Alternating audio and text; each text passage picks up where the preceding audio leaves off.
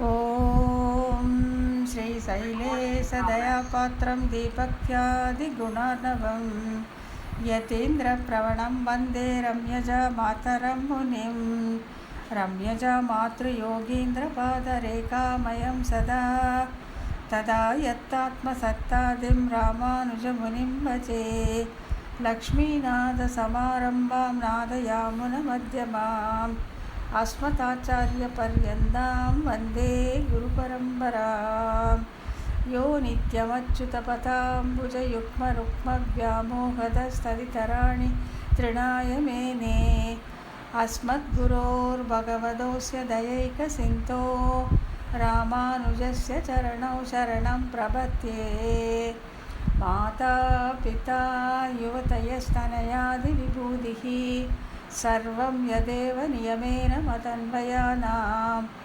आद्यस्नः कुलपतेर्वगुलाभिरामं श्रीमत्ततङ्घ्रियुगलं प्रणमामि मूर्ध्ना भूतं सहश्च महदाह्वयभट्टनाद श्रीभक्तिसारकुलशेखरयोगिवाहान् भक्ताङ्घ्रिरेणुपरकालयतीन्द्रमिश्रान् श्रीमत्पराङ्कुशमुनिं प्रणतोऽस्मि नित्यं श्रीमद्यतीन्द्रवरयोगिपदाब्जभृङ्गं श्रीवानशैलमुनिवर्यदयैकपात्रं विख्यातवेदशिखरोभयतत्त्वबोधं रामानुजं कलिजितं मुनिमाश्रयामः பணவாள் அரவணை பள்ளி கொள்பவர்க்கு எவ்வுயிரும் குணபோகம் என்று குறுகை கதிபன் உரைத்ததுய்ய உணர்பாவின் உட்பொருள் ஒன்றும் அறியா உலகறிய மணவாளன் மாறன் மனமுரைத்தான்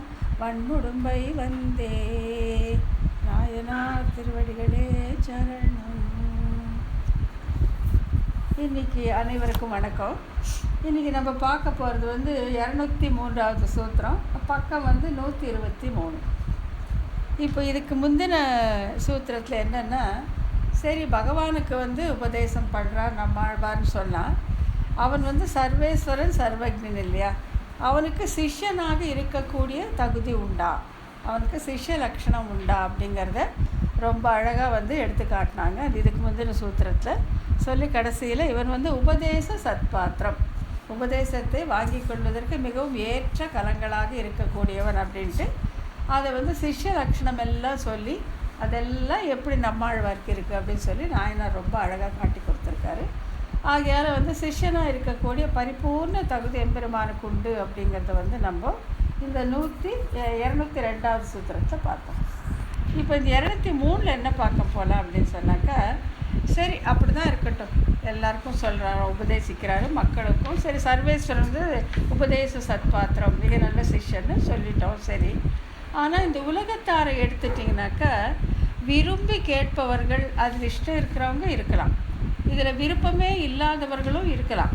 நம்மாழ்வார் ஏன் எல்லாரையும் பிடிச்சு இழுத்து வச்சு ஏன் உபதேசம் பண்ணுறார் அப்படின்னு ஒரு கேள்வியோட அதற்காக பதில் சொல்கிறாங்க இந்த சூத்திரத்தில்.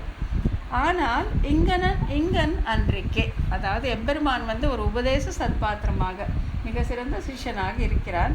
இங்கன் அன்றைக்கே இப்படி இல்லாமல் அறிவில்லாதவர்களாக ஆன இவ்வுலக மக்களுக்கு உபதேசிக்கும் போது இவ்வுலக வாழ்வில் பிரக்தராய் ஆன்ம குணங்களை உடையராய் அணுகி ஆதரத்தோடு விரும்புகிறவர்களுக்கு உபதேசிக்கத்தக்க சீரிய பொருளை பகவானிடத்தில் பக்தி இல்லாதவர்களாய் வேறு பயன்களை விரும்புகிறவர்களாய் விரும்பி அருகில் வராதவர்களுக்கு வலிய பிடித்து உபதேசிப்பான் ஏன் என்கிற கேள்விக்கு விடையருளை செய்கிறார். நம்மாழ்வார் அந்த பாகுபாடு பார்க்குறதே இல்லை.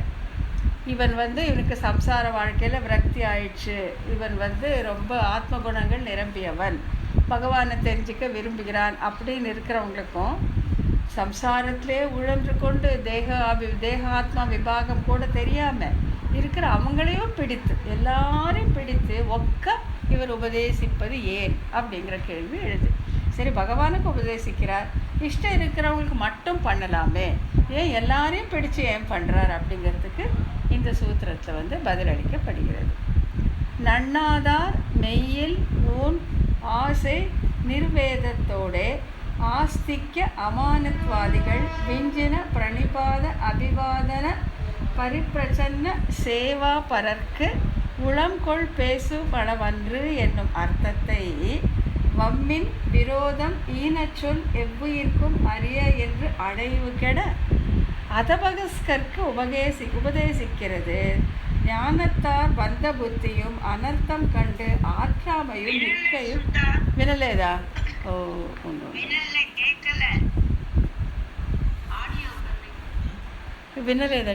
వినలేదంట అక్కడిది ఇది ఇంటర్నెట్ చూడమంటానమ్మా.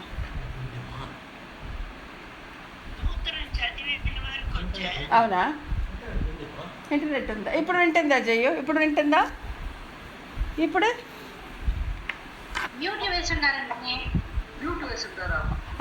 మ్యూట్లో ఉందిమా. అవును, రైట్. ఇప్పుడుమా ఇప్పుడు రైట్. సో సూత్రం ஃபுல்லுங்க வினேசா కదా? சூத்திரம் ஃபுல்லுங்க. ஓகே, இதுக்கு மேலே தான் நம்ம சொல்ல போகிறோமே.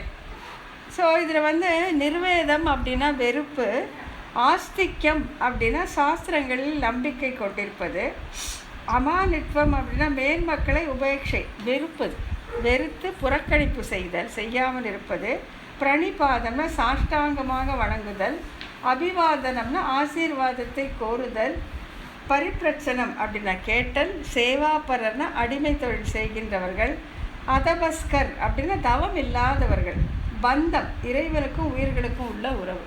இதில் உள்ள கடின வார்த்தைகளுக்கெல்லாம் அர்த்தம் சொல்லியிருக்காங்க. அது எப்பப்போ வருதோ அப்போ நம்ம பார்த்துக்கலாம். இப்போ வந்து அதில் ஒரு பார்ட்டாக எடுத்து பார்த்துக்கலாம். நன்னாதார் மெய்யில் ஊன் ஆசை நிர்வேதத்தோடே. நன்னாதார் முருவலிப்ப. நன்னாதார் அப்படின்னாக்கா இதில் வந்து இஷ்டமே இல்லாதவங்க, தேடி வராதவங்க, நம்மளை விரும்பி வராதவங்க தான் நன்னாதார். அது எதிரன்னா நன்னாதார் முருவலிப்ப அப்படிங்கிற இந்த திருவாய்மொழி 4:9 அதை எடுத்திருக்கார். சூத்திரத்தோட முதல் பகுதி நன்னாதார் மெய்யில் ஊன் ஆசை, இந்த 4 வார்த்தை எடுத்துட்டு மெய்யில் அப்படிங்கிறது மெய்யில் வாழ்க்கையை அப்படின்ட்டு பெருமாள் திருமொழியிலேருந்து எடுத்திருக்காரு. அடுத்தது ஊன்னா ஊனேறு செல்வத்து உடற்பிறவி அப்படின்னு பெருமாள் திருமொழி. குலசேகர ஆழ்வார் இந்த இதில் என்ன சொல்கிறாருனாக்கா, இந்த இப்படி மோடு பருத்து இருக்கிற இந்த உடம்பு எனக்கு வேண்டவே வேண்டாம், மெய்யில்லாத இந்த வாழ்க்கை எனக்கு வேண்டவே வேண்டாம் அப்படின்னு சொல்லி குலசேகர ஆழ்வார் தன்னுடைய பெருமாள் திருமொழியில் சொல்லியிருக்காரு. அந்த வரிகளை எடுத்து இங்கே போட்டிருக்காங்க. நன்னாதார் அப்படிங்கிறது வந்து திருவாய்மொழியிலேருந்தே எடுக்கப்பட்டது. மெய்யில் ஊன் இது ரெண்டுமே வந்து இதிலேருந்து பெருமாள் திருமொழி, குலசேகர ஆழ்வார் அருளி செய்த பெருமாள் திருமொழியிலேருந்து எடுக்கப்பட்டது. ஆசை, ஆசைவாய் சென்ற சிந்தையராகி இது வந்து பெரியாழ்வார் திருமொழி, அதுலேருந்து எடுக்கப்பட்டது. என்றெல்லாம் ஆழ்வார்கள் அருளி செய்தபடி, அதாவது நன்னாதார் முருவலிப்ப, மெய்யில் வாழ்க்கையை, ஊனேறு செல்வத்து உடற்பிறவி, ஆசைவாய் சென்ற சிந்தையராகி, இதெல்லாம் வந்து இந்த 4 ஆழ்வார்கள் வந்து 3 ஆழ்வார்கள் வந்து சொன்னது, இந்த உலகத்து மக்களை பற்றி சொன்ன அந்த விஷயம்.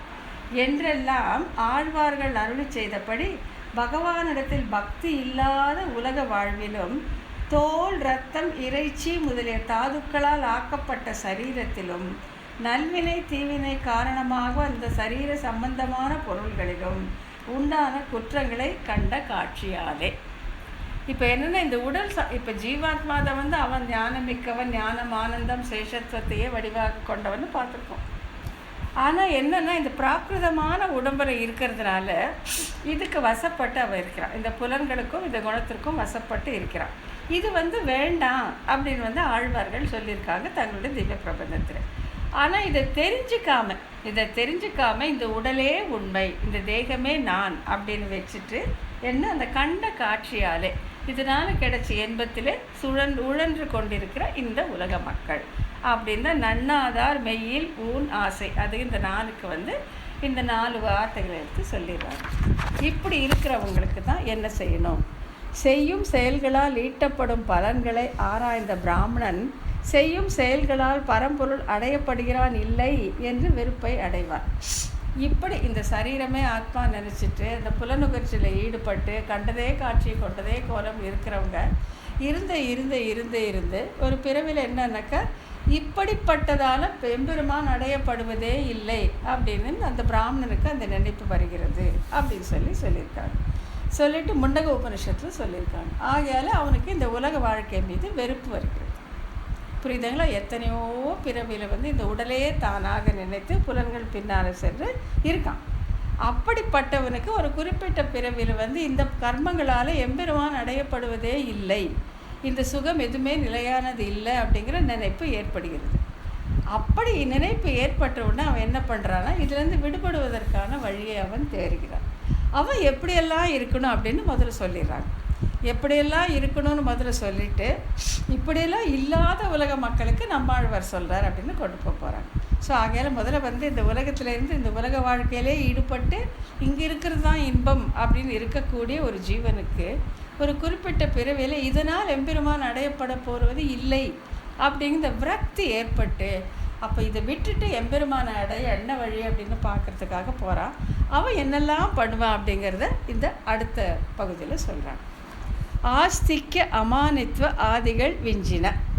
ஆஸ்திக்ய அமானித்வ ஆதிகள் விஞ்சின. ஆஸ்திக்ய அப்படின்னா பொருள் என்னன்னு நம்ம இன்னொரு வாட்டி கூட செக் பண்ணிக்கலாம்.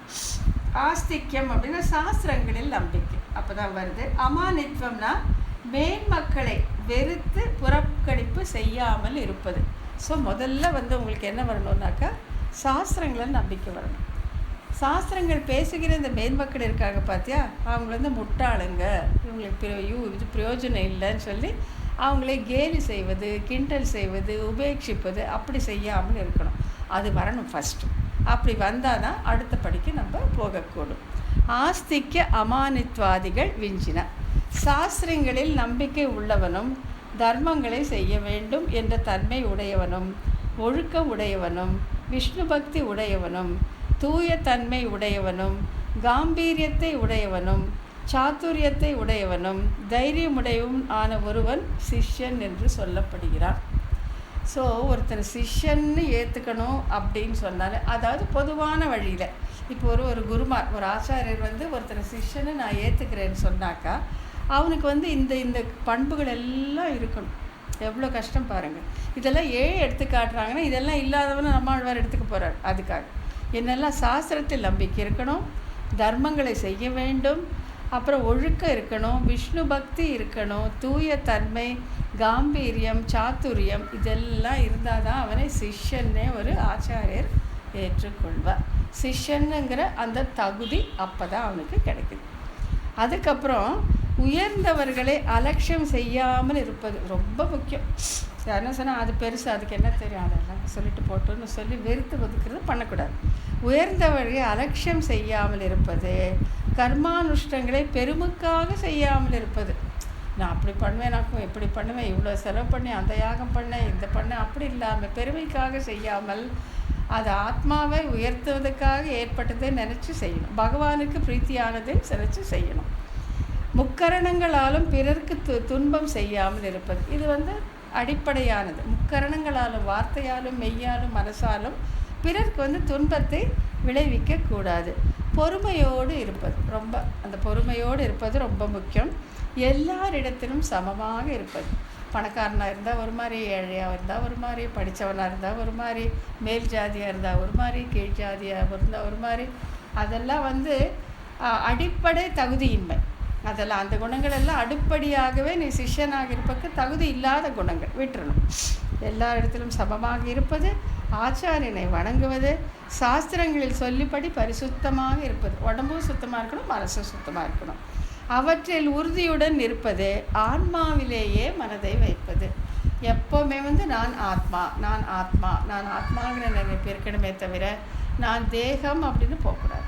அது ஆத்மாவிலே மனதை வைப்பது. இதெல்லாம் வந்து கீதை 13:7 வந்து கிருஷ்ண பகவான் சொல்லியிருக்கான் என்று சொல்லப்பட்டிருக்கபடியே ஆஸ்திக்ய முதலானவைகளும் அமானித்துவ முதலானவைகளும் ஆகிய சிஷ்யனுடைய இலக்கமான ஆத்ம குணங்களிலே மேம்பட்டவர்களாய் இதெல்லாம் இருக்கணும்.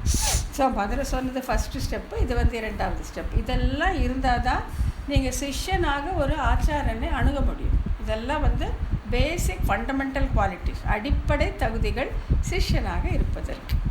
பிரணிபாத அபிவாதன பரிப்பிரச்சன சேவா பரருக்கு, இதெல்லாம் இருக்கணும் சிஷ்யனுக்கு. பிரணிபாதன கைகூப்பி வணங்கி அவர்களை புகழ்ந்து பேச வேண்டும். பிரணிபாத கைகூப்பி வணங்கி அபிவாதனம் செய்தோம். அபிவாதனம்னா என்னன்னு பார்த்தோம் நம்ம இங்கே. அபிவாதனம் அப்படின்னாக்கா ஆசீர்வாதத்தை கோருதல். அவங்க கை கூப்பி அவங்கள வணங்கி, சுவாமி என்னை நீங்கள் மங்களாசாசனம் செய்யணும், என்னை ஆசீர்வாதம் செய்யணும் அப்படின்னு கேட்கணும். கை கூப்பி வணங்கி அபிவாதனம் செய்து, அது இங்கே விஷ்ணு புராணத்தில் சொல்லியிருக்காங்க. என்றும் ஆத்ம விஷயமான ஞானத்தை நமஸ்காரத்தால் கேட்பதாலும் தொண்டு செய்ததாலும் ஞானிகளிடமிருந்து அருந்திக்கொள். இது அர்ஜுனனுக்கு ஸ்ரீகிருஷ்ணன் சொல்கிறான் 4:34. நீ என்ன பண்ணணும், நீ தகுந்த அந்த ஞானிகளை அணுகி அவர்களை கைகூப்பி வணங்கி அவரிடம் ஆசீர்வாதத்தை வேண்டி தூய மன தொண்டு செய்து அவர்களிடந்து நீ விஷய ஞானத்தை பெற்றுக்கொள்ள வேண்டும் அப்படின்னு சொல்கிறோம். என்றபடி செருக்கு அற்றவர்களாய், தலகனம் இருக்கவே கூடாது, கொண்டு நமஸ்கரித்தல் அபிவாதனம் செய்தல் கேட்டு தொண்டு செய்தல் ஆகியவற்றில் ஊன்றியவர்களாய் பல காலம் நன்மை தன்னை சார்ந்தவர்களுக்கு. இப்படி சும்மா 4 நாள் 5 நாள் 1 வாரம்லாம் பண்ணக்கூடாது.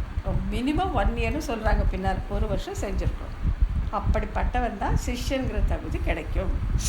உளம்கொள் பேசும் அளவன்று என்னும் அர்த்தத்தை, உளம்கொள் ஞானத்தை வைமின் உம்மை உய்யக்கொண்டு போகுறிலே அப்படின்னு சொல்லிட்டு, இது நீங்களுக்கு உய்வடைய வேண்டுமாக இருந்தால் இந்த ஞானத்தை, நான் சொல்லும் ஞானத்தை நீங்கள் ஏற்றுக்கொள்ளுங்கள் என்று அந்த ஆச்சாரியர் உபதேசம் பண்ணும்போது அது ஏற்றுக்கொள்ள தகுதி உள்ளவனாக இந்த சிஷ்யன் இருக்க வேண்டும். உளம்கொள் ஞானத்தை வைமின் உம்மை உய்யக்கொண்டு போகிறீர்களே, நீங்கள் உய்வடைய வேணும்னு ஆசை இருந்தால் இப்படி இருங்கன்னு அவங்க உபதேசம் பண்ணுவாங்க. பேசும் அளவன்று இது வம்மின் அமர் பிறர் கேட்பதன் முன்னம் அப்படின்னு சொல்லிட்டு என்னென்னா, இது வேறு ஒரு குவாலிஃபிகேஷன், ஒரு தகுதி. என்னென்னாக்கா, இந்த ஒரு ரகசியத்தை சொல்லும்போது, உபதேசத்தை செல்லும்போது அங்கே 6 காது இருக்கக்கூடாது அப்படிங்கிறது ஒரு கண்டிஷன், ஒரு கட்டளை. என்னென்னா, அதாவது சொல்கிறவருடைய 2 காது, கேட்கவருடைய 2 காது. அதாவது உபதேசம் செய்வார், கேட்கணும்னு ரகசியமாக உபதேசிப்பார்கள். அங்கே இன்னொருத்தர் இருக்க ஆறாவதாக காது இருக்கவே கூடாது, 4 காது தான் இருக்கணும் அப்படின்னு சொல்லிட்டு, பேசும் அளவன்று இது வம்பின் நமர் பிறர் கேட்பதன் முன்னம், மற்றவங்க காதில் விடுறதுக்கு முன்னால் வந்துருங்க அப்படின்ட்டு என்று இப்படி 6 காதுகள் இல்லாமல் சொல்கிறவரோட 2 காது, கேட்கவரோட 2 காது, இன்னும் 2 காது எக்ஸ்ட்ராவாக அங்கே இருக்கக்கூடாது, இன்னொருத்தர் அங்கே இருக்கக்கூடாதுன்னு அர்த்தம். அப்படி ரகசியமாக தான் ஆச்சாரியர்கள் உபதேசம் செய்வார்கள். ஒருவர் உபதேசிக்க ஒருவர் மட்டும் கேட்க வேண்டும் என்றபடி, ஒருவர் கேட்க உபதேசிக்க வேண்டும் அர்த்த விசேஷத்தை. அப்படிப்பட்ட அர்த்த விசேஷத்தை நம்மாழ்வார் என்ன பண்ணார், எல்லாருக்கும் கொடுத்தார். அதுக்காக தான், அதாவது அந்த சிஷ்யங்கிற தகுதி வரதே எவ்வளோ கஷ்டம்னு முதல்ல சொல்லி, அப்படி சேர்ந்தாலும் அந்த உபதேசத்தை ஒருவர் சொல்ல ஒருவர் கேட்க வேண்டும். போரான் வழியாக, அந்த ஸ்ரோத்திரம் காது வழியாக உபதேசத்தை பண்ணுவார்கள், தனியாக உட்கார வைத்து. அங்கே இன்னொருத்தருக்கு இடமே கிடையாது. அப்படிப்பட்ட அர்த்த விசேஷம், இந்த ஆத்ம சம்பந்தமான விஷயம், எம்பெருமானுக்கும் ஆத்மாவுக்கான விஷயம், அது எல்லாமே மோட்சத்துக்கான வழி, எல்லாமே இப்படி பரம ரகசியமாக ஒருவர் சொல்ல ஒருவர் கேட்க வேண்டிய மிக உயர்ந்த அர்த்த விசேஷம். அர்த்த விசேஷத்தை மேல் விளைக்கப்பட்ட பண்புகளுடன் கவனத்துடனும் சிரத்தையும் கேட்க வேண்டிய விஷயத்தை இவ்வாறு அல்லாதவர்களை வலிய அழைத்து உபதேசிப்பது ஏன் என்பதற்கு விளக்கம் தருகிறது. இந்த தகுதி ஒன்று கூட கிடையாது, எதுவுமே கிடையாது. இப்போ பார்த்தேன்ல, ஒரு 10 நிமிஷமாக பார்த்த தகுதி எதுவுமே இல்லை. இது ஒருவர் சொல்லி ஒருவர் கேட்க வேண்டிய விஷயம். அப்படிப்பட்ட அர்த்த விஷயத்தை எல்லோரையும் வலிய பிடித்து இழுத்து வந்த வாடா கேளுடா அப்படின்னு நம்மாழ்வார் உபதேசம் பண்ணியது ஏன் அப்படின்னு சொல்லி இங்கே அந்த கேள்வி வருது. ஏன் வலி அழைத்து உபதேசம் ஏன் என்பதற்கு இதுக்கு மேலே விளக்கம் தருகிறார். வம்மின் வாங்கன்னு கூப்பிடுறாரு, வம்மின் புலவீர் என்று வலிய அழைத்து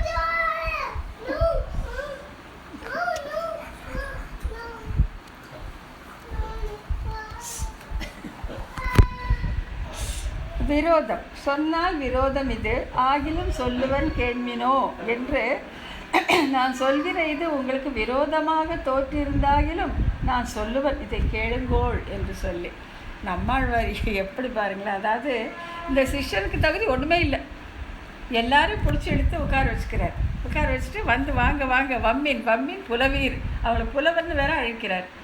உட்காந்து சொன்னால் விரோதம் இது. இப்போ நான் சொல்கிறது வந்து உங்களுடைய கருத்துக்கு மாறுபட்டதாக இருக்கலாம், உங்களுக்கு விரோதமாக தோணலாம். இருந்தாலும் நான் சொல்கிறேன், தயவுசெய்து கேட்டுக்கோங்க.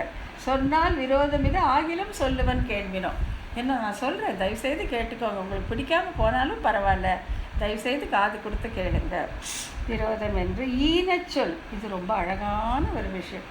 ஈனச்சொல் ஆயினும் ஆகும். நான் சொல்கிறது வந்து ரொம்ப பிரயோஜனமற்ற சொல்லாக இருந்தாலும் போகட்டும் அப்படின்னு சொல்லி இந்த பாத்திரம் மட்டும் படிச்சிருங்க. பேர்பட்ட இதை தன்னுடைய கருத்தை வந்து அங்கே நம்மாழ்வார் ஈனச்சொல் அப்படின்னு சொல்லி சொல்கிறார்.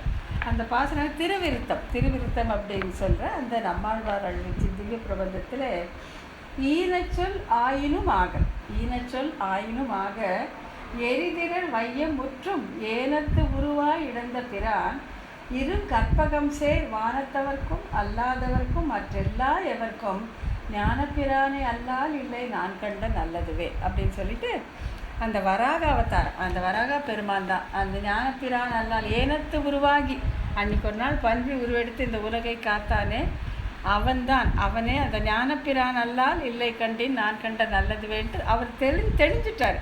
நம்மாழ்வார் இந்த ஞானப்பிரான் தான் வந்து நம்மளை தூய கொள்ள போகிறான்னு தெரியும்.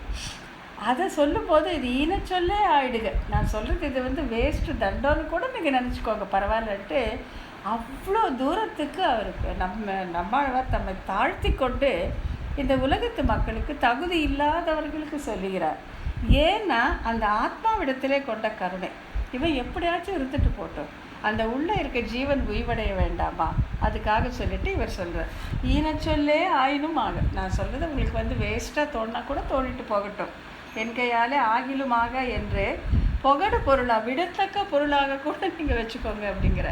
இது வேண்டான்னு கூட இங்கே நினச்சிக்கோங்க, அப்படி கூட பரவாயில்ல, உங்களுக்கு வந்து விரோதமாக கூட தோணலாம், ஆனாலும் வந்து கேளுங்க அப்படின்னு சொல்கிறார். ஈனச்சொல் என்று எவ்வுயிர்க்கும் அறிய என்று மற்றொன்றில்லை சுருங்கச் சொன்னோம் மாநிலத்து எவ்வுயிர்க்கும். இது உனக்கு சொல்கிறேன் உனக்கு சொல்லலைங்கிறதே கிடையாது. நீ படித்தவனா படிக்காதவனான்னு பார்க்குறதில்ல, நீ மேல் ஜாதியா கீழ் ஜாதியான்னு பார்க்குறதில்ல, நீ செல்வதனா வரியனாலும் பார்க்குறதில்ல. எல்லாருக்கும் சுருங்க சொன்னோம் மாநிலத்து எவ்வுயிர்க்கும் திண்ணம் நாம் அறிய சொன்னோம் என்றும் எல்லாருக்கும் பிரசித்தமாகும்படி அனைவருக்கும் அறியும்படி நம்மாழ்வார் உபதேசத்தை பண்ணுகிறார். அடைவு கெடன முறை கெட. இதில் ஏதாச்சும் ஒரு டிசிப்ளின் இருக்கா? ஒன்றுமே இல்லை. அடைவு கெட எப்படியோ முறை தவறி சொல்லுகிறார், முறைகேடாக அவர் நம்மாழ்வார் சொல்லுகிறார் இந்த உலகத்தோருக்கு. அதாவது இங்கே முன்னால் விளக்கப்பட்ட தகுதி எதுவுமே இல்லாத உலக மக்களுக்கு இஷ்டமாக வந்து கேட்கவும் இல்லை, அப்பற்பட்டவர்களுக்கு சொல்கிறார். தபஸ்கருக்கு அதபஸ்னா தபஸே இல்லாதவங்க. தபஸ்னா என்ன, தவம் இல்லையா? ஒரு வேளை நான் தவம் இருந்து இதை பெற்றேன்னு சொல்கிறோம் இல்லையா, அதுக்காக முயற்சி செய்து ரொம்ப கஷ்டப்பட்டு பெறோம். இவங்க வந்து அதபஸ்கர், அதை தபஸே இல்லாதவங்க, அப்படிப்பட்ட இந்த ஆசையே இல்லாதவங்க. இந்த கீதையின் தத்துவ பொருள் தவம் இல்லாதவனுக்கு ஒருபோதும் உபதேச சொல்லத்தக்கது அன்றுன்னு பகவானே சொல்லியிருக்கான். அந்த சரம ஸ்லோகத்தை சொல்லிட்டு அடுத்து சொல்கிறான், இது வந்து அந்த தவம் இல்லாதவனுக்கு, இது வேண்டும் என்ற ஆசை இல்லாதவனுக்கு சொல்ல வேண்டாம் அப்படின்னு சொல்லியிருக்கார். இந்த கீதையின் தத்துவ பொருள் தவம் இல்லாதவனுக்கு ஒருபோதும் உன்னால் சொல்லத்தக்கது அன்றுன்ட்டு அர்ஜுனனுக்கு உபதேசம் பண்ணியிருக்கார். பக்தி இல்லாதவனுக்கு சொல்லத்தக்கது அன்று. தவம் பக்தி என்னும் இவை இருந்தாலும் ஆச்சாரியனுக்கு பணிவிடை செய்யாதவனுக்கு சொல்லத்தக்கது அன்று. என்னை நிந்தித்தவனுக்கும் சொல்லத்தக்கது அன்றுன்னு பகவத்கீதை 18:67, அதாவது சர்ம ஸ்லோகத்துக்கு அடுத்த ஸ்லோகத்தை இது வந்து அர்ஜுனனுக்கு உபதேசமாக கண்ணன் சொல்லியிருக்கார். என்று ஸ்ரீகீதையில் சொல்லப்பட்டபடியே உள்ள அதிகாரிகள் அல்லாதவர்க்கு உபதேசிக்கிறது ஏன் எனில், இப்போ கண்ணனே வந்து வார்ன் பண்ணிட்டான், பக்தி இல்லாதவனுக்கு சொல்லாதே, தவம் இல்லாதவனுக்கு சொல்லாதே, என்கிட்ட அன்பு இல்லாதவனுக்கு சொல்லாத, நம்பிக்கை இல்லாதவனுக்கு சொல்லாதேன்று சொல்லிட்டான். இந்த கீதையை சொல்ல வேண்டாம் அப்படின்ட்டு அர்ஜுனனுக்கு சொல்லியிருக்கார் கிருஷ்ண பரமாத்மா. அப்படி அந்த மாதிரி அதிகாரிகள் வந்து இவங்க தான் அதிகாரிகள் காணப்பட்டிருக்கு. ஸ்ரீ கீதையில் சொல்லப்பட்டபடியே உள்ள அதிகாரிகள் அல்லாதவர்களுக்கு உபதேசிக்கிறது ஏன்?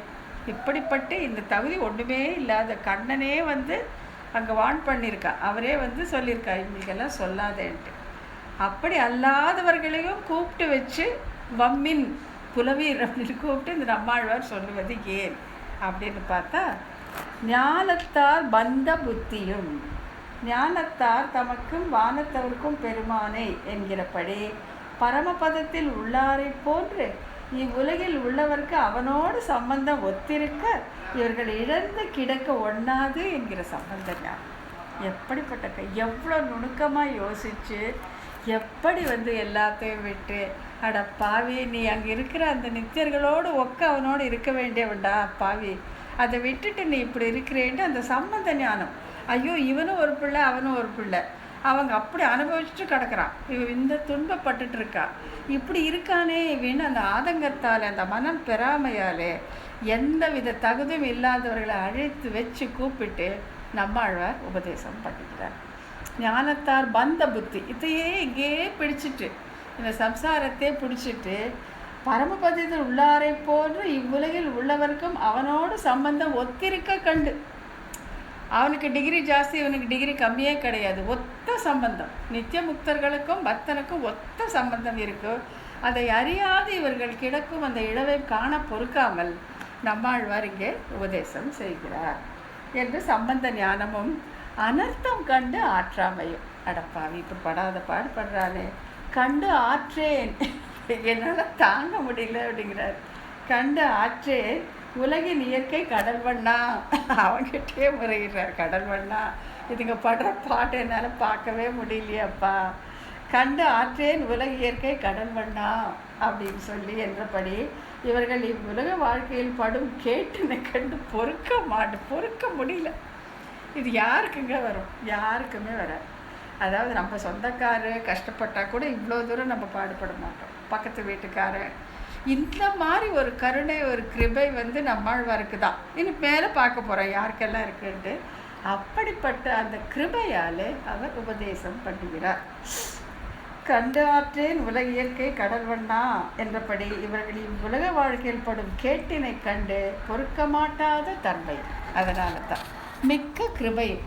பொறுக்க மாட்டாது மட்டுமல்ல, பொறுக்க மாட்டா புலம்பிட்டு போயிடலாம், அப்படி இல்லாமல் அருள் கண்டீர் இவ்வுலகில் மிக்கதே கண்ணின் சிறுத்தாம்பு என்றபடி தள்ளுகிறேன் பொறுக்க மாட்டேன் என்று ஈஸ்வரன் கைவிட்டவர்களையும் தம் அருளால் திருத்தினால் அல்லது நிற்க மாட்டாத கரை புரண்டோடும் பேரர்களும் காரணமாக.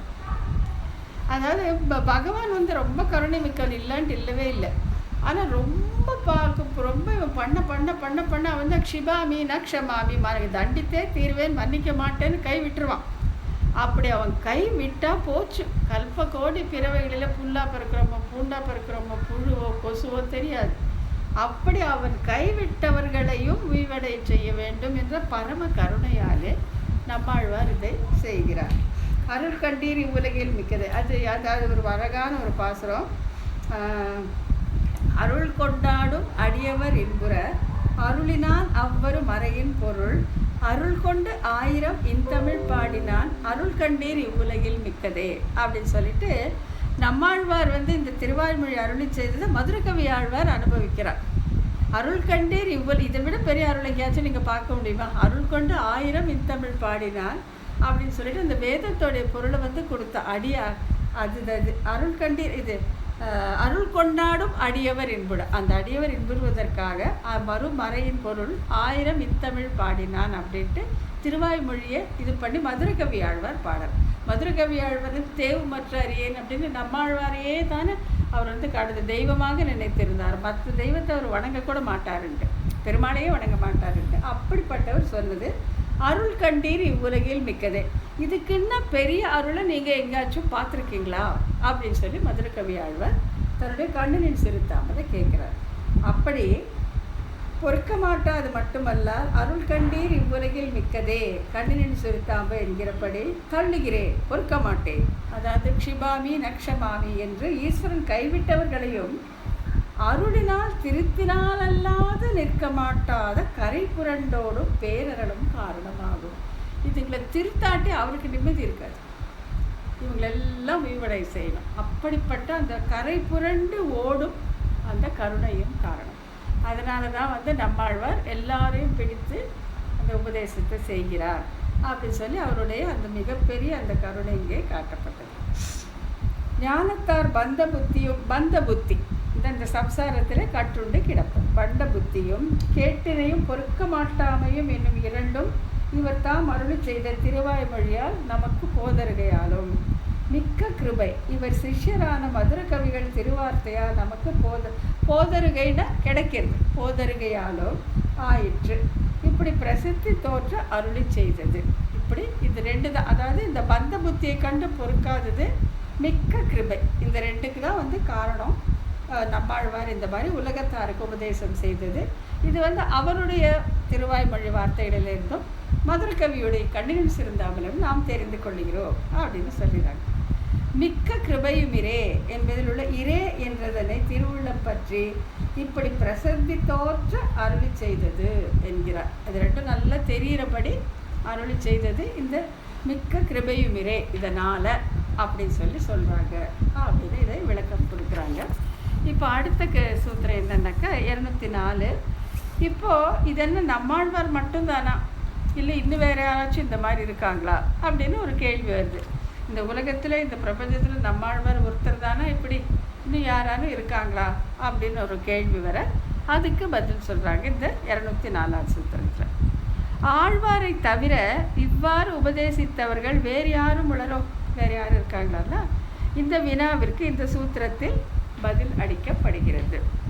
தாய்க்கும் மகனுக்கும் தம்பிக்கும் இவர்க்கும் இவர் அடிபணிந்தார்க்குமே இவை உள்ளது.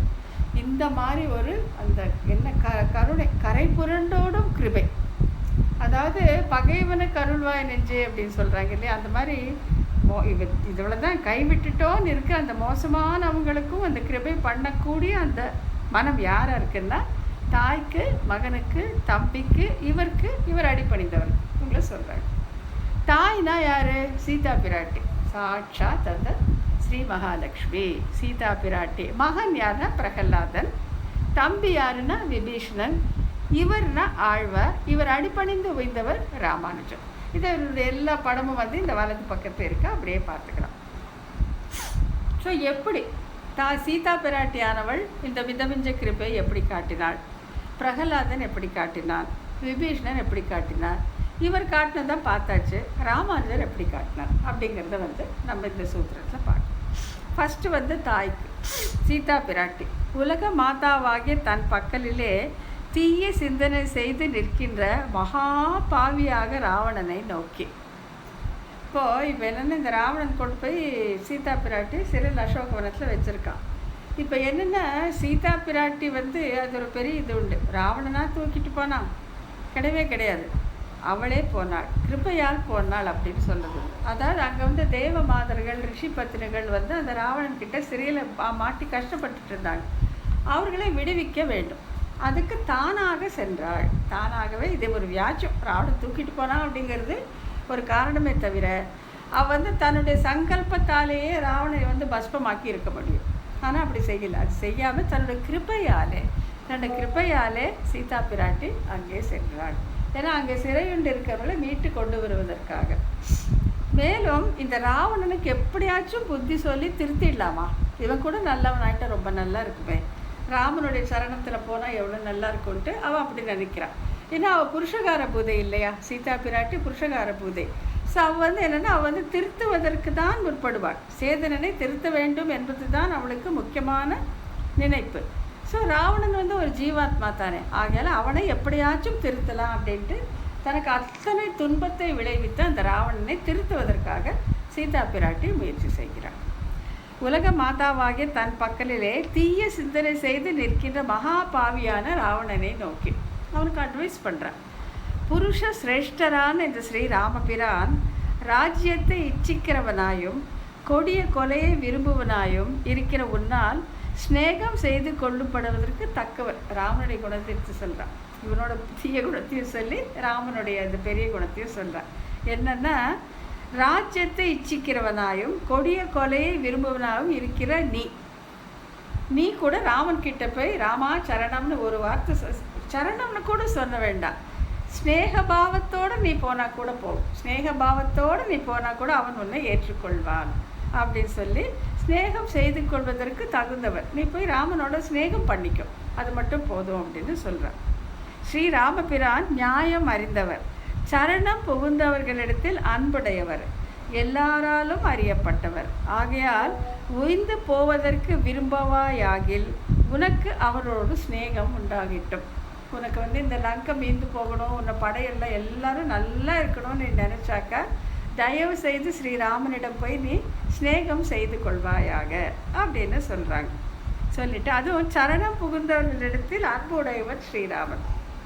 இப்போ விபீஷ்ணன் சரணாகதிக்கு வரும்போது எல்லாரும் சொல்கிறாங்க, ஜாம்பவான், சுக்ரீவன் அவங்கெல்லாம் வேண்டாம், இவனை ஏற்றுக்கவே வேண்டாம், இவனும் அரக்கன் தானே, ராவணனுடைய தம்பி தானே அப்படின்னு சொல்லும்போது அப்போ ஸ்ரீராமன் என்ன சொல்கிறார், ஸ்வயம் ராவணனே வந்தாலும் நான் ஏற்றுக்கொள்வேன் அப்படின்னு சொல்கிறேன். எனக்கு வேண்டியவர்கள் வேண்டாதவர்களே கிடையாது, ராவணனே வந்தாலும் நான் ஏற்றுக்கொள்வேன் அப்படின்னு சொல்கிறேன். ஆகையால சரண் புகழ்ந்தவரிடத்தில் அன்பு உடையவர், கண்டிப்பாக காப்பாற்றிடுவார். இந்த லக்ஷ்மி ஆனவள் எப்பொழுதும் இருப்பவள், உலகங்களுக்கு எல்லாம் தாய், ஒருபோதும் விஷ்ணுவை விட்டு பிரியாதவள். இந்த மாதிரி கூடவே இருந்துட்டு தான் அந்த தாயார் புருஷகாரம் பண்ணி இந்த ஜீவர்களை பரமாத்மாவிடம் சேர்த்துகிறார். ஆகையால் இப்படிப்பட்ட கிருபை, அந்த பகைவனுக்கும் அருளக்கூடிய அந்த கிருபை யார்கிட்ட இருக்குன்னா தாயாகி சீதா கிட்ட நம்ம பார்க்குறோம் அப்படின்னு சொல்கிறாங்க. அடுத்தது மகனுக்கு பிரகலாதனுடைய சரித்திரம் எல்லாருக்குமே நல்லாவே தெரிஞ்சிருக்கும். அப்பா இரண்யகசிபு, அந்த பெத்த அப்பாவே அந்த சின்ன குழந்தை என்ன படாத பாடுபடுத்துகிறான். அப்பவும் அவன் என்னென்னா அதுக்காக கோவிச்சுக்கிறது இல்லை, வருத்தப்படுறதில்லை, அழுறதில்லை, ஒன்றுமே இல்லை. விஷ்ணுவானவர் எங்கும் இருக்கார் அப்பா, அதை நீங்கள் தெரிஞ்சுக்கோங்க, உனக்குள்ளும் இருக்கா எனக்குள்ளும் இருக்கா, அவனோடு நீங்கள் ஸ்நேகபாவம் பண்ணிக்கொள்ளுங்கள் அப்படின்னு தான் அந்த குழந்தை சொல்கிறது. எம்பெருமானின் திருநாமங்கள் சொன்னதையே காரணமாக கொண்டு சீரிய மிக கொடிய தண்டனைகளை செய்யும்படி பகவானிடத்தில் மீளாத பகை கொண்டவனாய் மகா பாவியர்களுக்கெல்லாம் முதல்வனான இரண்யகசிபு. இவன் எவ்வளோ இதுன்னு சொல்லி இப்போ இது வந்திருக்கு, அந்த மகாவதார் நரசிம்மா, அதை அப்படியே கண்ணு முன்னால் கொண்டு வந்து காமிச்சுறாங்க. ரொம்ப அழகாக இருக்குது, யாருமே மிஸ் பண்ண வேண்டாம், ரொம்ப நல்லா இருக்குது. அதில் நம்ம பார்க்கலாம். அப்படி கொடுமை பண்ணுறான். ஏன்னா பகவானுடைய திருநாமங்களை சொன்னான் அப்படிங்கிறதுக்காக. தந்தையே எல்லா உயிர்களையும் சரீரமாக உடையவனும் உலகநாதனும் பரமாத்மாவுமான கோவிந்தன் உலக உருவமாக இருக்க பகைவன் நட்டோன் நண்பன் என்கிற கதை எங்கிருந்து உண்டாகும்? அந்த எவ்வளோ அழகாக விஷ்ணு புராணத்தை அந்த குழந்தை கேட்குது. அதாவது எம்பெருமான் இந்த பிரபஞ்சத்தையே தன்னுடைய சரீரமாக வைத்திருக்கிறார். இதில் யார் பகைவன் யார் நட்புன்னு நீங்கள் எப்படி தான் சொல்ல போகிறீங்க அப்படின்னு தன்னையே கேட்கிறார். பூமியில் இருக்கிறான், எங்கும் இருக்கிறான் என்று தந்தைக்கு நலத்தை உபதேசித்தான் பிரகலாதர். மேலும் இறைவனிடம் விருப்பம் இல்லாத அசுர புத்திரர்களை நோக்கி, அந்த கூட படிக்கக்கூடிய அந்த அசுர புத்திரர்களை நோக்கி, அசுரர்களே, சாரமில்லாத இவ்வுலக வாழ்வில் சுழல் போன்று வருகின்ற தேவ மனித திர்ரிக்கு பிறவிகளில் மகிழ்ச்சியை அடையாதீர்கள். இந்த அசுர உடம்பு போனால் உனக்கு தேவ உடம்பு கிடைக்க போகுது, அது போனால் மனுஷ உடம்பு, அது போனால் ஒரு செடியாக போகிறேன், இல்லாட்டி ஒரு மிருகமாக போகிறேன், இப்படியே சுற்றி சுற்றி சுற்றி சுற்றி தாண்டா வரப்போகிற, இதில் உனக்கு என்ன தான் சந்தோஷம் கிடைக்கும், இது விட்டுருங்கடா, எங்கும் ஒரே தன்மையாக இருப்பதை அடையுங்கள், பகவானை சென்று நீங்கள் அடைய வேண்டும். ஒரே தன்மையாக இருப்பதாவது இறைவனுக்கு பிரீத்தியை உண்டு பண்ணும். நான் ஆத்மா, நான் உனக்கு அடிமை, உனக்கு கைங்கரியம் செய்கிறேன் என்று இருப்பது எம்பெருமானுக்கு பிரீத்தியை உண்டு பண்ணும் என்று நலத்தை உபதேசித்தான் பிரகலாதர். இவனை மீள அவன் மகனை என்று அருளி செய்கிறார் பெரியாழ்வார். பெரியாழ்வார் தன்னுடைய பெரியாழ்வார் திருமொழியில் அவன் மகனை அப்படின்னு பிரகலாதனை குறித்து சொல்கிறார். ஸோ பிரகலாதன் அவ்வளோ கஷ்டப்படுத்துகிற போதும் துன்புறுத்தப்பட்ட போதும் அவன் ஹிதத்தையே எல்லாருக்கும் உபதேசித்தார். அடுத்தது தம்பின்னா யார்? விபீஷ்ணன். விபீஷ்ணன் ராவணனுக்கு எவ்வளவோ எடுத்து சொல்கிறான், நீ போகிறது தர்ம வழியே அல்ல, சீத்தையை திருப்பி கொடுத்து விடு, நாம் தப்பித்து விடலாம் சொன்னால் அவனை வெறுத்து ஒதுக்கி அவனை காலால் எட்டி உதைத்து ராஜ்யத்தை விட்டு துரத்து விடுகிறார் ராவணன். அவ்வளவு கஷ்டப்பட்ட போதும் விபீஷ்ணன் ராவணனுக்கு நல்லதை சொன்னான். எப்படின்னா, மலை சிகரம் போன்ற அளவுள்ள தெத்து பற்களை ஆயுதங்களாக உடையவர்களும் நகங்களை ஆயுதங்களாக உடையவர்களும் ஆன குரங்குகள் இலங்கை அடைவதற்குள் சீதா பிராட்டி ஸ்ரீராம பிரானிடத்தில் கொடுக்கப்பட வேண்டும் அப்படின்ட்டு விபீஷ்ணன் சொல்கிறான். யாருக்கு? ராவணனுக்கு. ஸ்ரீராமனால் விடப்பட்டவனும் வஜ்ரத்துக்கு சமமானவர்களும் காற்றினை ஒத்த வேகத்தை உடையவுமான அம்புகள் உயர்ந்த அரக்கர்களுடைய தலையை அறுப்பதற்கு முன்பு சீதா பிராட்டி ராமனிடத்தில் கொடுக்கப்பட வேண்டும். இதெல்லாம் விபீஷ்ணனுடைய அந்த உபதேசம் என்று ராவணனுக்கு அவன் தம்பியான விபீஷ்ணன் நல்லதை எடுத்துரைத்தான். இதை பொறுக்க மாட்டாத ராவணன் அவனை தள்ளி அரக்கர் குலத்துக்கு கெடு செய்கிற உன்னை பழிக்க வேண்டும் என்று சீறினான். இதை மனதில் கொள்ளாமல் அப்படி ரொம்ப கஷ்டப்படுதில்லை, கொஞ்சம் தான் கொடுத்துருக்கு. ஆனால் விபீஷ்ணனை ரொம்ப வெறுத்து பேசுகிறார் ராவணன். அவனை காலால் எட்டி கூட வதச்சிடுறான். அதையெல்லாம் பொறுத்து கொண்டு நன்மை சொல்கிறான் விபீஷ்ணன். அரசரே, எப்பொழுதும் பிரியத்தை சொல்லும் குருடர்கள் எளிதில் கிடைக்க மாட்டார்கள். அதாவது உனக்கு நல்லது சொல்கிறவங்க பொதுவாகவே கிடைக்க மாட்டாங்க. அதுவும் நீ அவங்களை இப்படி அவமானப்படுத்தி திட்டி செஞ்சு வெறுத்து பேசினா அதுக்கப்புறம் உனக்கு நன்மை சொல்வார்களா? சொல்லவே மாட்டார்கள், போயிட்டே இருப்பாங்க. பிரியம் இல்லாத தன்மையை சொல்லுபவனும் கேட்பவனும் கிடைப்பது அரிது. நான் உன் தம்பிங்கிறதுனால நான் இதெல்லாம் சொல்கிறேன் அப்படிங்கிறான். அருளென்று எல்லா உயிர்களும் கவர்கின்ற யமனுடைய பாசத்தால் கற்றுண்டவனும் நாசமடைகிறவுமான உன்னை பற்றி எரிகிற வீட்டினை போன்று நான் வெறுக்க மாட்டேன் என்று நரத்தை கூறினான். இவ்வளோ இருந்தால் கூட நான் உன்னை நான் வெறுக்க மாட்டேன், நான் உனக்கு நல்லது தான் சொல்வேன்ட்டு விபீஷ்ணன் ராவணனுக்கு சொல்கிறான். என்னென்னா, அருளென்று எல்லா உயிர்களும் கவர்கின்ற யமன் பாசத்தால் கற்றுண்டவனும் நாசமடைகிறவுமான உன்னை பற்றி, அது ராவணனுக்கு குவாலிஃபிகேஷன். இதெல்லாம் எனக்கு வரப்போகுதுடா. எரிகிற வீட்டினை போன்று வெறுக்க மாட்டேன். எரிகிற வீட்டில் இருந்தாலும் அங்கே இருந்துட்டு கூட உங்கள்கிட்ட பேசுகிற மாதிரி நான் பேசுகிறேன். உன்னை வெறுக்க மாட்டேன்டா, நான் சொல்கிறத தயவுசெய்து கேடு, சீத்தையை திருப்பி கொடுத்து விடு, ராமனை சரணமாக அடைந்து விடுன்னு ஹிதத்தை உபதேசிக்கிறான் விபீஷ்ணன். விபீஷ்ணனை அவன் தம்பிக்கே என்று அருள் செய்கிறார் ஆழ்வார். ஆகையால் இங்கே தாய், மகன், தம்பி இந்த 3 பேருக்கும் நம்மாழ்வாரை போன்ற அந்த கருணை உண்டு அப்படின்னு சொல்லிட்டு அடுத்தது என்ன சொல்கிறாங்கன்னாக்கா, இவருக்கும் நம்மாழ்வாருக்கு உண்டு. பகவானிடத்தில் பக்தி இல்லாதவர்களால் வேறு ஒன்றிலே நோக்கு உடையவர்களாக திரிகின்ற இம்மக்களை விடமாட்டாமல் இவங்களை விடவே முடியல. இதாச்சும் பரவாயில்ல, இந்த புராண கதையிலாச்சும் பரவாயில்ல, அந்தந்த நிலையில் ஏற்பட்டது. சீதா பிராட்டி அந்த அசோகவனத்தில் இருந்தால் ராவணனுக்கு, பிரகலாதன் தந்தைக்கு சொன்னான், விபீஷ்ணன் அண்ணனுக்கு சொன்னான். இங்கே பாருங்கள், இந்த உலக மக்களுக்கு எல்லாருக்குமே இவன் இல்லை அவன் இல்லை, யாரெல்லாம் இந்த சம்சாரத்தில் பட்டு கஷ்டப்படுறாங்களோ எல்லாருக்கும் பகவானிடத்தில் பக்தி இல்லாதவர்களால் வேறு ஒன்றிலே நோக்கு உடையவர்களாக திரிகிற இவ்வுலக மக்களை விடமாட்டாமல் இவங்கள விடவே முடியல நம்மாழ்வார். வீடுமின் முற்றவும் என்று முதல்ல ஆரம்பிக்கிறார். வீடுமின் முற்றவும் எல்லாத்தையும் விடுங்கன்னு ஆரம்பிக்கிறார். எப்போ 1-2-1 முதல் 10 2ஆம் திருவாய்மொழி முதல் பாசனத்திலே ஆரம்பிச்சிடுறார், உபதேசத்தை ஆரம்பிச்சிடுறார். பல இடங்களில் பல படியால் உபதேசித்த இவ்வாழ்வார் தமக்கும், இவருக்கு தான் அந்த கிருபை உண்டு. என்னன்னா, பிறர் துன்பம் காண சகியாத தன்மை, பரம கிருபை, இந்த 2 உண்டு சொல்றாங்க. அடுத்தது, இவர் அடிப்படைந்தவர் சுவாமி ராமானுஜன், அவருக்கு உண்டு. ஓரான் வழியாக முன்னோர் உபதேசித்து போந்த முறையை குலைத்து பலரையும் உபதேசிக்கும்படி செய்தோம். பலகால் நடந்து துவண்டு கேட்ட உயர்ந்த உண்மை பொருளை ஓலக்கமாக வைத்து உபதேசி. இதெல்லாம் ராமானுஜருடைய பெருமை அப்படியே சொல்கிறாங்க. என்னென்னா, ராமானுஜருக்கு காரே கருணை ராமானுஜா, யாரே அறிவார் உன் அருளின் தன்மை அப்படின்னு சொல்லிட்டு, அதாவது பரதுக்கித்வ துக்கத்துவம், பிற துன்பத்தை காண சகியாத அந்த குணம்தான் ராமானுஜர். காரே கருணை ராமானுஜா சாட்சாத்து அந்த மழை மேகத்தை போன்றவர். மழை மேகம் நீரை பொழியும் போது இது குப்பை இது கோபுரம்னு பார்க்காது, எல்லா இடத்துலையுமே பொழிஞ்சிட்டே போகும். அதனால தான் அமுதனார் 108 பாசுரத்தில் 9 பாசுரங்களில் ராமானுஜர் கார்முகிலோட செழுங்கொண்டலே சீரார் கார்முகிலே காரை கருணை ராமானுஜா அப்படின்ட்டு அவர் அந்த முகிலுக்கே ஒப்பிட்டு சொல்லியிருக்கார். ஏன்னாக்கா, ராமானுஜர் காலத்துக்கு முன்னால் இந்த சம்சார நிவர்த்தகமான இந்த திருமந்திரம் மற்ற மந்திரங்கள்லாம் ஓரான் வழியாக வந்தது. இப்போ பார்த்தோம் இல்லையா, 4 காது, 6வதா இன்னொரு காது இருக்கக்கூடாது. அப்படிப்பட்டது என்ன பண்ணாரு, ஆசையோருக்கு எல்லாம் ஆரியர்கள் கூறுங்கள், யாருன்னு ஆசைப்பட்டால் மோட்சத்துக்கு சொல்லுங்களேன்ப்பா, என்னப்பா இப்போ என்று பேசி வரம்பறுத்தார். இந்த மாதிரி இந்த ஓரான் வழியாக வரக்கூடியது அந்த காலத்தில் இது எவ்வளோ பெரிய சீர்திருத்தம், எவ்வளோ பெரிய ஒரு ரெவல்யூஷன். அதை தான் இது அவருடைய கருணை அப்படின்னு குறிப்பிடுறாங்க.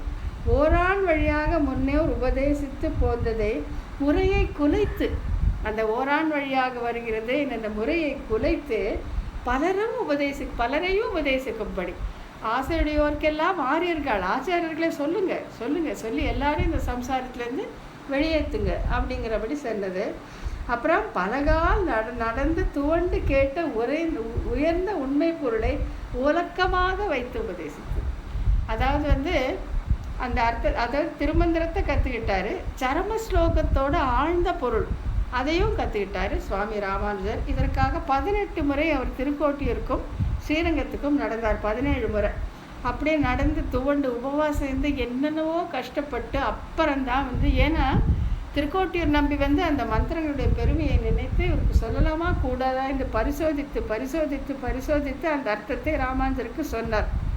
அது என்ன ஒலக்கமாக எல்லாரையும் கூப்பிட்டு எல்லாருக்கும் சொல்லி கொடுத்துட்டார். அதுதான் அந்த வரம்பறுத்தார். அந்த குணம் ராமானுஜருக்கே உரியது.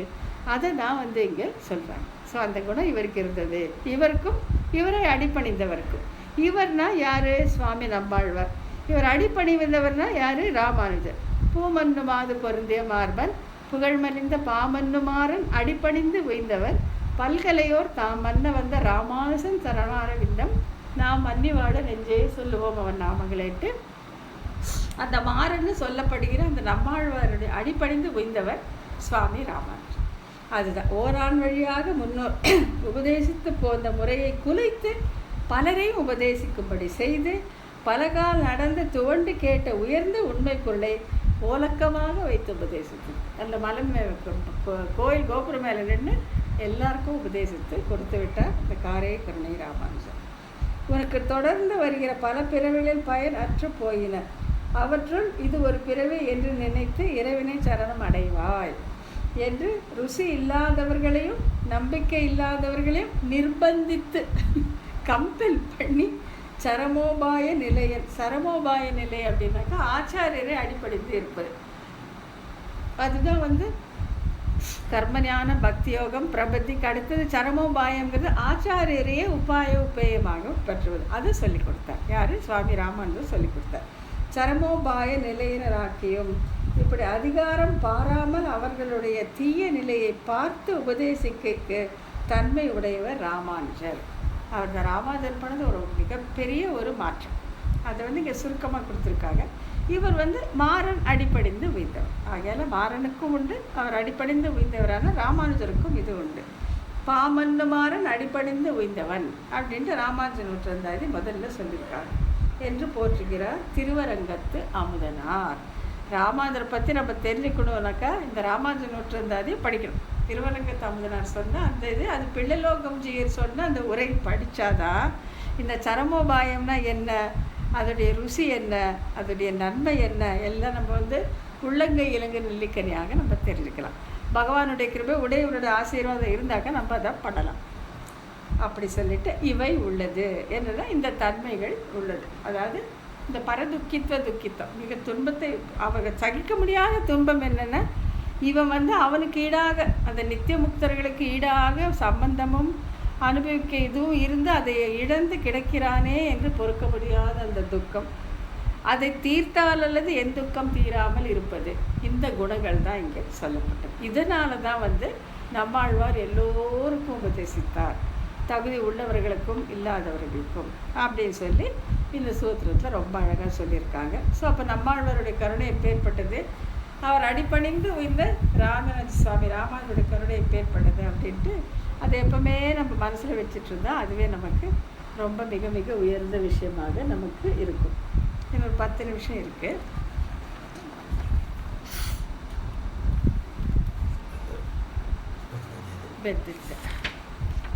இது நான் அடுத்த வகுப்பில் பார்த்துக்கலாம். இன்றைக்கி இதோட நிற்க வச்சுக்கலாம். இதில் எதுவும் சொல்லணும் விண்ணப்பம் பண்ணணுன்னாலும் சரி, இல்லை எதுனா கேட்கணுன்னாலும் கேட்கணும். அடியேன் ராமன்.